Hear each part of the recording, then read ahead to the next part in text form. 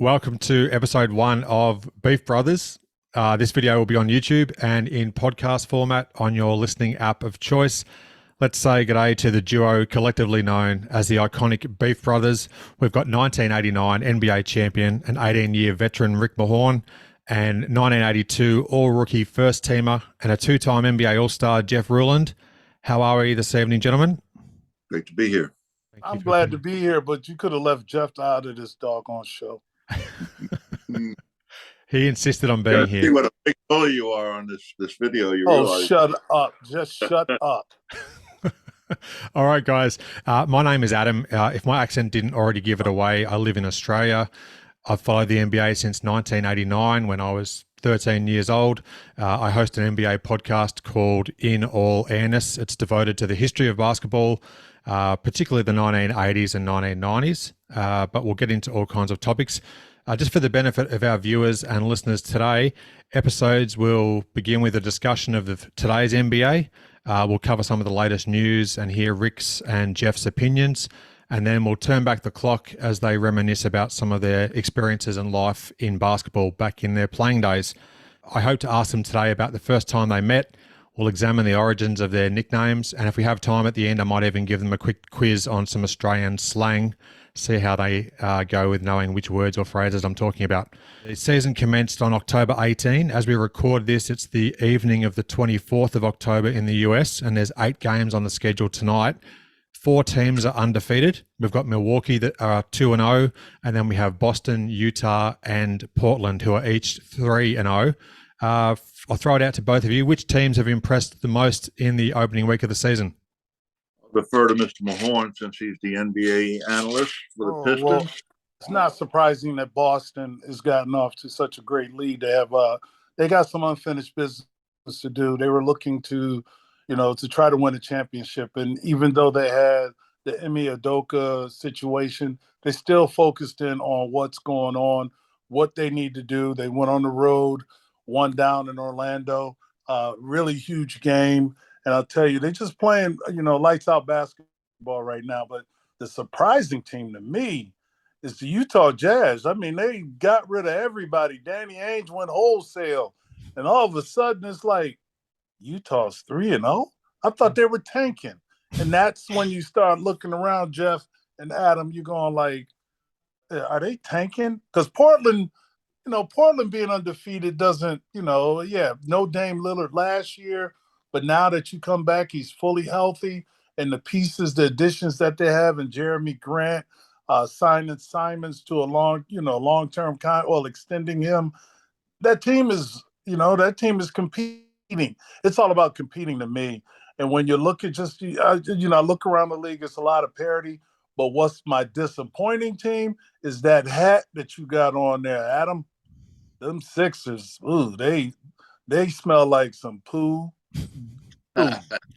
They haven't had a great start. They're off to 0-3, one of the winless teams in the league. Jeff, what are your thoughts on the opening week of the season there, and which teams have stood out most to you?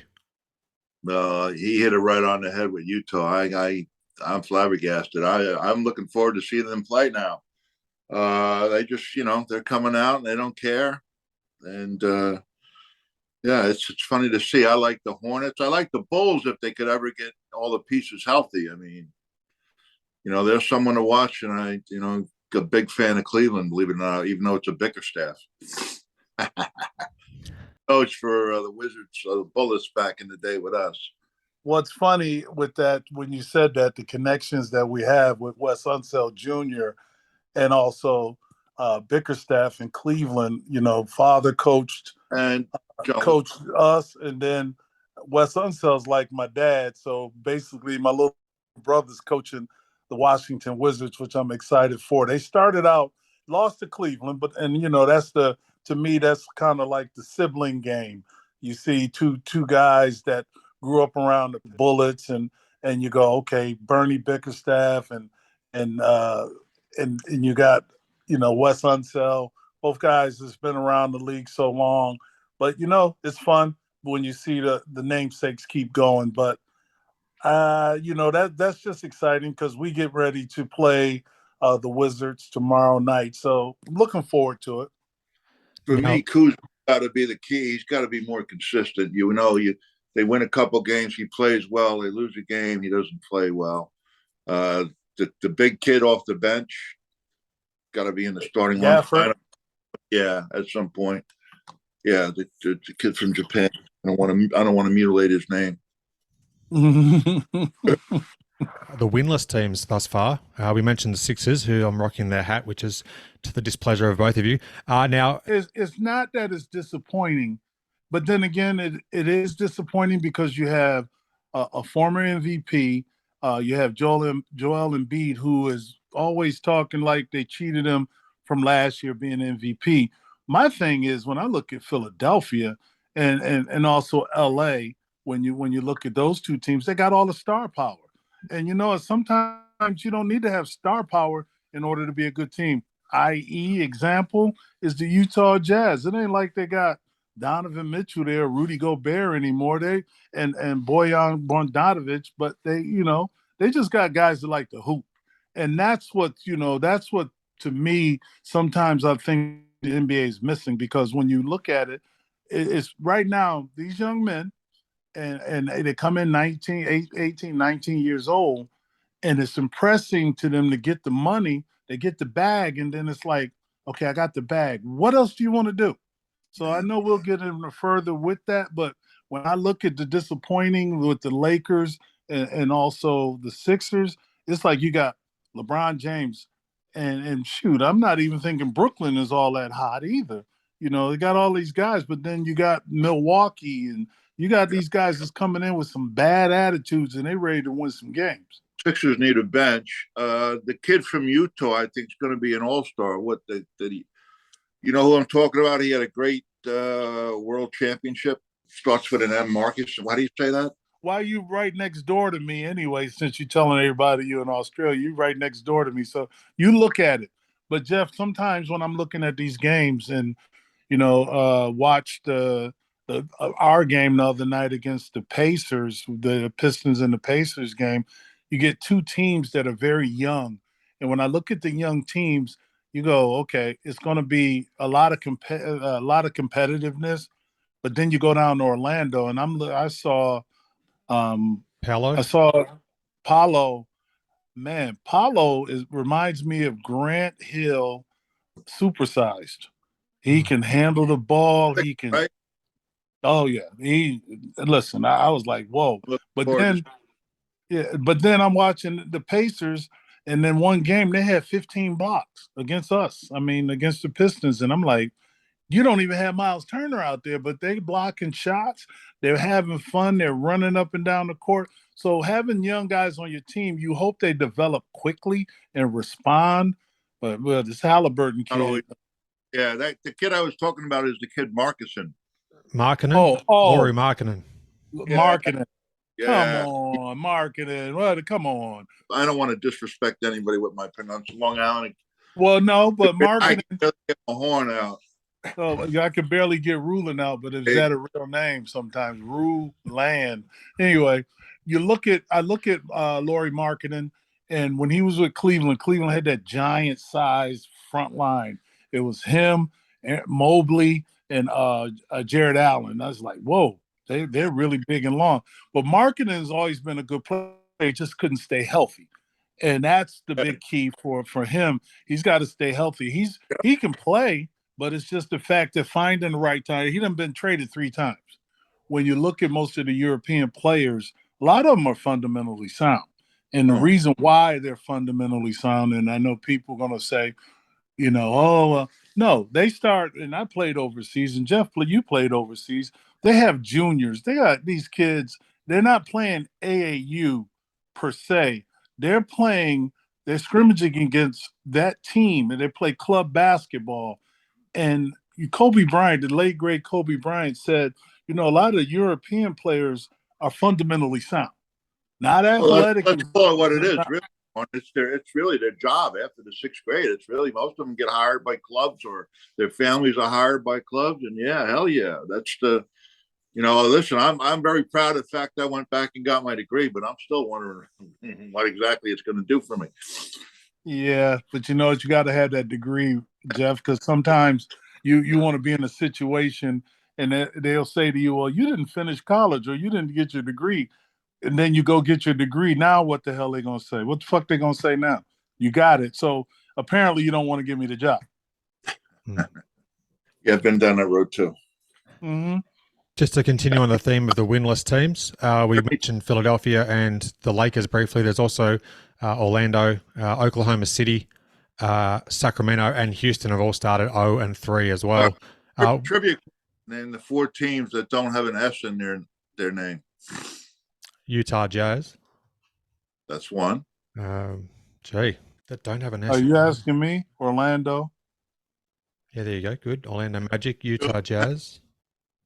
What else you want, Rules? Oklahoma City Thunder. Oklahoma Thunder. One more. It's Orlando Heat. Oh, Miami Heat. Okay. Well, wow, that was really difficult. Get it, did you? Well, hold on, I gotta go. Adam, when you say those teams are just are disappointing, the other teams that you mentioned in Sacramento, and also you mentioned OKC, and you mentioned Orlando. You look at those teams and you say, well, they're still is Oklahoma still trying to find their slide or their groove, because they're most of the time they're hurt, or they're looking to tank and they trying to get the guy Victor, I don't know how to say his name, Wanyama, and they already got Holgren, who's not going to play this year. So it's like, what is at one point, what you look at your team and say, we need to get back into winning. OKC ain't won since they got rid of, well, they didn't get rid of, but traded Westbrook and all the players that they had at Harden and Durant. Well, you got three MVPs right there that you go, why didn't they keep them? Well, salary caps. Rhetoric from Sacramento, how about they're a playoff team? I think they stink. We're talking Sacramento. Yeah. I mean, they're like rah, rah, rah, and it's the same old. That's the narrative. New plan every year, kind of like the play DC. Every year is a new plan. It's the narrative. They change it up. They give you these different words, and you say, "Oh, I'm gonna fall for the fluff." But hey, it's 30 teams in this league. They have the salary caps, and they got these very lucrative television contracts. Like, they're gonna get paid regardless. No question. I just don't see the excitement there. A quick question for you, Rick. You're the longtime analyst of the Pistons on the Pistons radio network, and you sit alongside Mark Champion, play-by-play man. Detroit are 1-2 as we record this. What are your thoughts on the team's early season start and their fortunes as the season will progress? The thing is, you're going to go through growing pains until they, you have Jaden Ivey, you have new people. There's, it's no familiar ball movement as of yet. It's a lot of bright spots. You have Cade Cunningham, the number 1 pick from last year, who, you're looking for him to have a step out year. Then you got Isaiah Stewart in the middle and Sadiq Bey. So you have a very young starting lineup, and hopefully that they can learn on the fly. Like I said, it's going to be growing pains for the team, but they compete. What is it, Durant? What decade? Yeah, Jalen Duran. He's he's been coming off the bench, almost averaging a double rebound wise. Very physical, still young. He's only 18, won't be 19. That's the crazy thing about it. He's already built like a grown man, and you're just waiting for him to get a little better in increments and stuff like that. But see, that's the thing about when you have a lot of young guys that play 1 year and they come into pros. Yeah. It's not like it's a lot of experience. Yeah, a lot to learn. Yeah, you still have a lot to learn. Now, unlike when we came in, when I came in, it was only 22 teams, and they just expanded the roster from 11 to 12. So I just had a chance to make the team myself. So you got to figure the competition was thick, but now with 30 teams, you're drafting guys that potential and not drafting the guys after that. I look at the Memphis Grizzlies all the time. They had Jaren Jackson Jr., at third pick, and then they had Ja Morant at second pick. But all the other picks that they had, guys were in college for 3 years, 4 years, and then you all of a sudden you just see them have a breakout year because those guys been in college learning how to get the experience of learning fundamental basketball at a high pace. Have you noticed about Memphis, which I'm a big fan of, their whole team, about how well they play when that little dude isn't in there, and then how good he is? I mean, it's crazy. Well, it's crazy because last year when he got hurt, and sometimes I look at it in football, when that star gets hurt, all of a sudden, how do you come back to get the team on the same page and still win? Look at the Dallas Cowboys, for example. They came with the backup quarterback, Cooper Rush, Yep. and next thing you know, they won 3 in a row. And then now to get Dak Prescott, their number one quarterback. But one thing that he learned from watching from the sideline, and also when you're sitting on the bench, you learn how you can help your other players get better. So that's why I know that you like the way Memphis plays. No question. I got a question for you, Jeff. When you see guys take the night off, does that upset you in some way, shape, or form? Or do you feel for the fans that bought that ticket to see that certain player, but he ain't playing that night? Is that kind of messed up to you? I don't try to judge it in that way. I was one like yourself who, as they say, load management.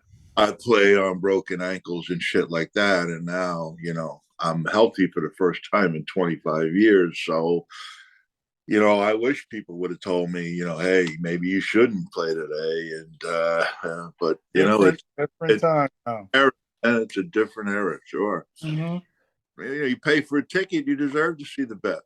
So what say you on that, Adam? Being so far away in Australia, I know that there are Aussies that do go over to the States and actually go to maybe 1 or 2 games in their lifetime. And occasionally I do know of some people and acquaintances, friends online that have gone over to see LeBron play or to see Durant play, and they're sitting out because of that load management term. And obviously it's you can't please everybody, but it does seem that some of these players do tend to take extra days off. One more for you, Adam. When the Australian team came over here and won that game in the preseason, were you excited, or what was going through your mind? Yeah, that's a great question. Yeah, the Adelaide 36ers, when they upset the Phoenix Suns, there was a lot of publicity over here in Australia. There's big news on most of the TV networks. We only have 3 main TV networks here, but we do have 25 million people or so in Australia. So yeah, got lots of airtime. It was really surprising. I think they played the game of their lives almost, the Adelaide 36ers. They were hitting 3-point shots left, right and center, just dribbling over half court and just throwing them up. So it was pretty impressive. What did you guys make of it? I was embarrassed. That's what I was. We're supposed to have the best players in the world, but some teams get lucky. They got lucky. In fact, they stepped in some dog poo, and all they did was come on the court, and they shot the lights out. That's all it takes is to make one, because you ain't going to play. It was just like, to me, it felt like they would use that wore black socks. Yeah, it felt like to me when the United States lost the Olympic gold. That's what I was what it felt like. Mac was on that team. What do you think about that? Not the McMillan one, not the first loss against the Russians. I'm asking you about. I was still young. I ain't care about it back. You got to have a thought about that, though. No, I don't really. They never accept the silver medal or whatever. I know. What's your opinion on that? My opinion on it is just that a couple of referees needed some money or something. I don't know. They cheated their ass off is what they did. Yeah, but they gave them so many chances. And at one time, you figure they're going to strike rich sooner or later. But my thing is, it felt like when the 36ers, right? Yeah, that's it. Adelaide. When they won, it felt like when the Olympic team went over there and lost to Greece.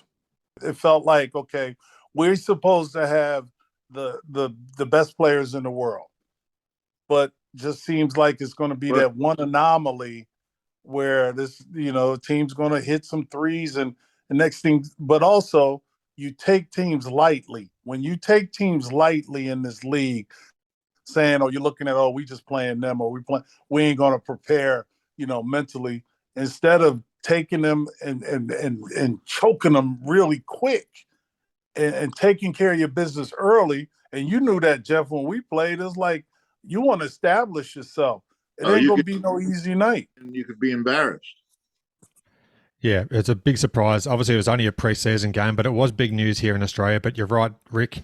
They were on fire, Adelaide, from 3-point range, and I don't think that'll probably ever happen again to that extent for sure. Well, they're going to knock them on the ass next time. Absolutely, probably will. There'll be revenge needing to be sought.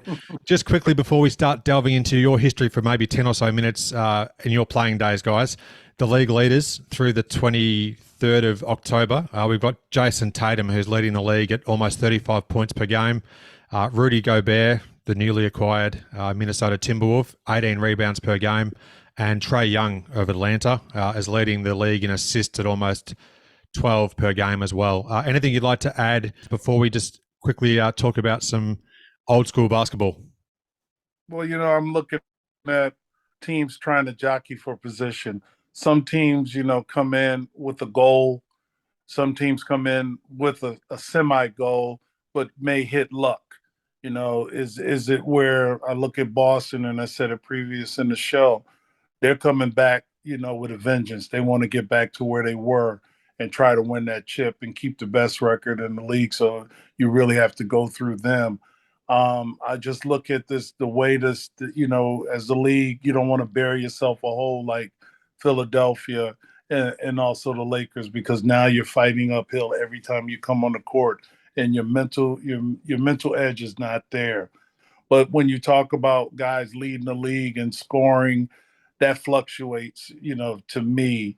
But then you look at Rudy Gobert's doing what Rudy Gobert does.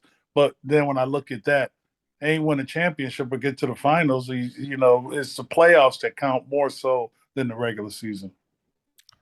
Absolutely. Jeff, anything you'd like to add before we go back in time and talk about your careers? Oh, no. I'm looking forward to the season and how it develops, and going to be a lot of different storylines. Based on my research before we chatted today, it's August of 1979, and you were both in Colorado Springs. And per some newspaper reports, I read that you were two of the 32 basketball players hoping to earn a spot on Team USA for the World University Games in Mexico City. I can see Rick smiling already. What do you recall of those tryouts, and was that actually the first time that you guys met? We met in practice. I remember the hot tub drinking Coors Light with the U.S. volleyball team, men's volleyball.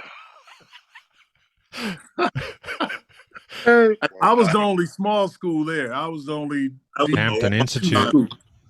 I wound up rooming with McHale for the whole month.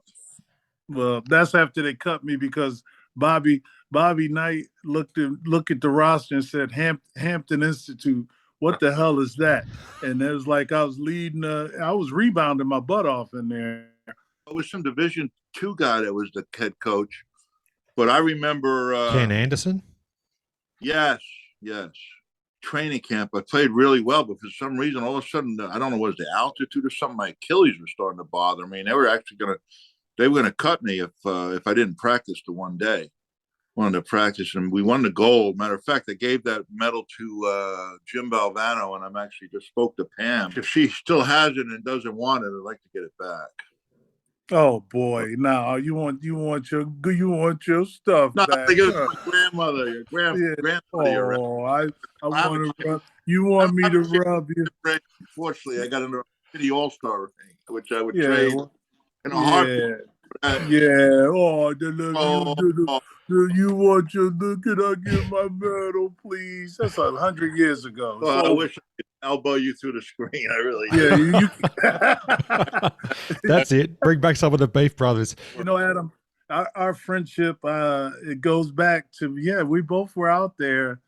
It wasn't like an AAU where you see you're playing against somebody every day. This was, it was a friendship because he was a real genuine person. And that's why we're friends till this day. 40 plus years of just knowing this guy. And then when I got traded, he was more upset when I got traded, he called me to tell me I got traded. I was sitting there Wow. going like, he said, those motherfuckers traded you. And I was like, huh? I was sleeping I'm like, okay. I went Detroit. I said, all right. But our friendship never left. And we also got on the court and we competed. It was like, yeah, fuck you. We're going at each other. But it was also after the game, let's go get something to eat, have a good time. No question, my friend. Many people are like you. I wish you would have, back in the day, got the credit that you deserve as like defensive player of the year. This guy could guard 1 through 5. They talk about it now. It's pretty funny. It's pretty funny. One he'd guard Mark Aguirre one night, Dr. J the next, Kareem, Moses, you name it.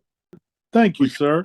We should have won a lot more games. And the teams were a little stacked, you know. Everybody, either you were played for the Celtics, the Lakers, or the Sixers, and they had 5 or 6 Hall of Famers.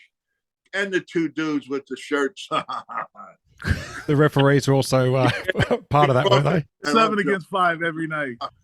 When we would get on that court, Adam, it was a thing of beauty because it was like we would hit so hard. I'm going to hit him harder than you. Bam. And next thing, I'm going to hit him harder than you. Bam. And it's like, boy, this was fun. I mean, it got to the point we were setting picks so hard that they didn't even want to, even follow the guards sometimes. It made it easier for guards to get layups and things like that because their bigs weren't that tough at that time. So calling out the screens, and then they'd be mad. You should be mad at your teammate for not calling the screens out. That's his fault. Shit.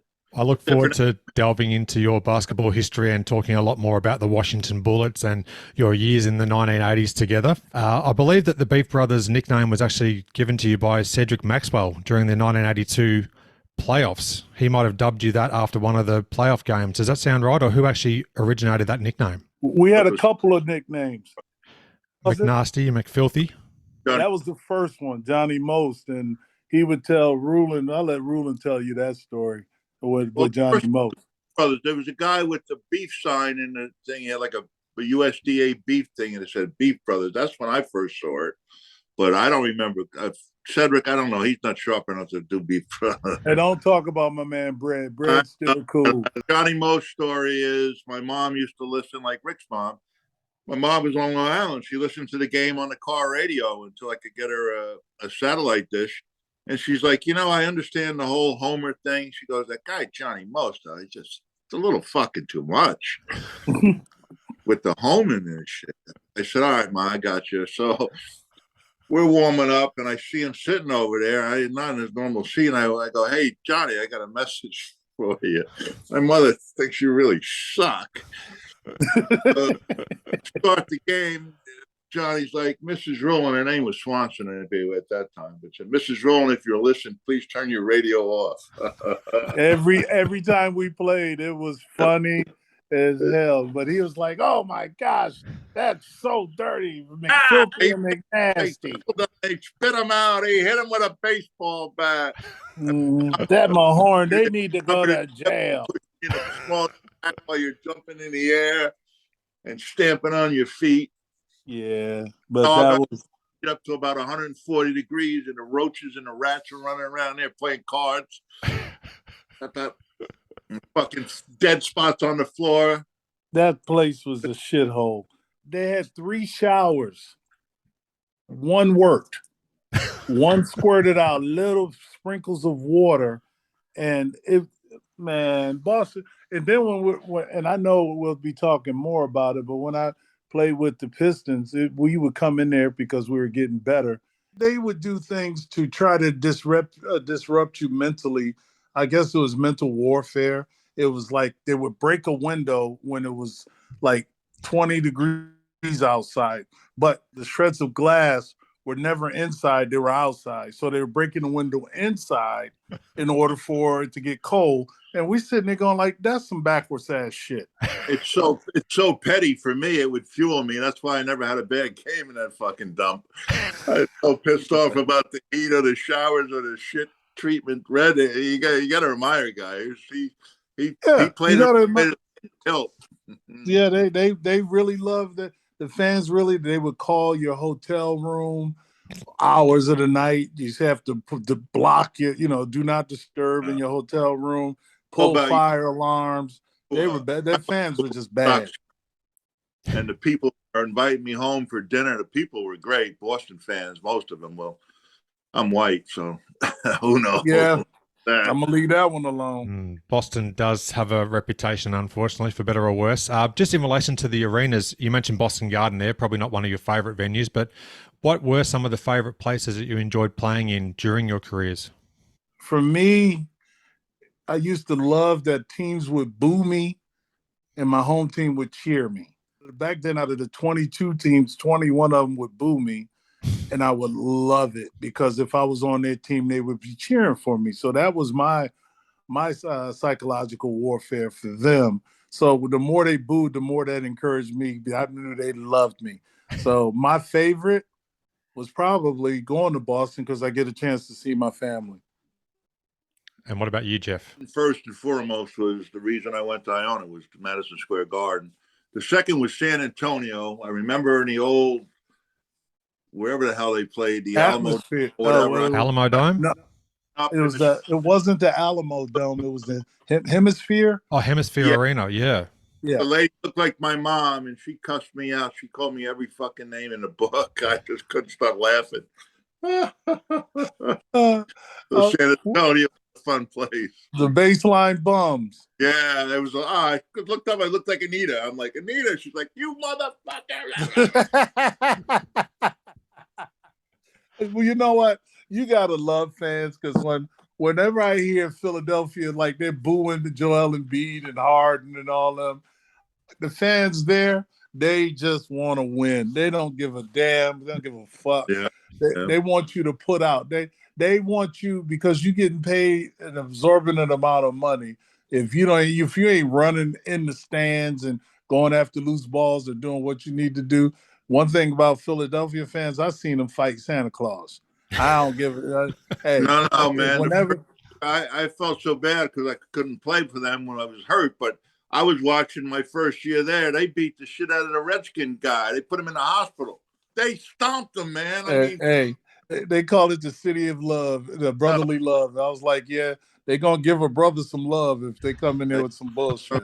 Dude up, man. I don't think that dude ever recovered. Crazy, but you know what? Fans make this game fun when they act accordingly. You remember we used to in the Boston Garden and guys would say stuff and we just throw the Gatorade or. Oh yeah. Hey, my best one, and I know we got to get to another one. My best one, it was this guy at Market Square Arena in Indiana, and he would be under the basket and yelling and making. I said, "You look like you need some new shoes. You paid all that money for that seat. You need to buy some shoes." And then I told him his wife was sitting next to him. I said, "You kiss your wife with that mouth?" And he looked at me, "Fuck you." And I said, "Nah, just tell your wife." Mad as hell. I said, "You just don't know me because I got jokes too." If I can ask one thing about some Australian slang, a word or a phrase, any idea what it could mean? I'll tell you right now, I don't know any of them, but I'm willing to learn. Go ahead. How about this one? There's a phrase that we use in Australia that's called budgie smugglers. Do you have any idea what you'd be wearing? Tight pants. You got it, Rick. You got it. Yeah, budgies are. It's like for Speedos. Do you have Speedos over there, like the male swimming trunks? Hey, Ruland still wears Speedos. Well, there you go. And jockey draws. Okay. Thank you. Just quickly, That thank you was very it? much. Yeah, Okay, that's it. mate. Okay, mate. Thank you very much, mate. Just quickly, we'd love interaction with the show. In future episodes, you can ask Rick or Jeff questions about their careers. We'd love to hear from you. If you're watching on YouTube, please ask a question or add a comment below. Podcast listeners can also send an email, perhaps just email myself. It's inallairness@gmail.com. Just one word, inallairness@gmail.com. I can collate the submissions for the future shows. And you can also reach out on Instagram. Rick is Rick Mahorn44 official. Jeff is Ruland Jeff. So thanks very much for your time today, guys. It's been a pleasure. I look forward to chatting again soon. And until next time, enjoy your week. One more thing, Adam. Sure. Just knock on my door before you leave. Stop lying that you're in Australia. Talk to you later. Yeah, I'm getting ready to go to sleep. You getting ready to do something He's in else. Brooklyn right now, getting ready to go have a beer. He's down the street. All right. See y'all. Love Okay. you, Jeff. Later. Thank you, guys. Peace. Bye.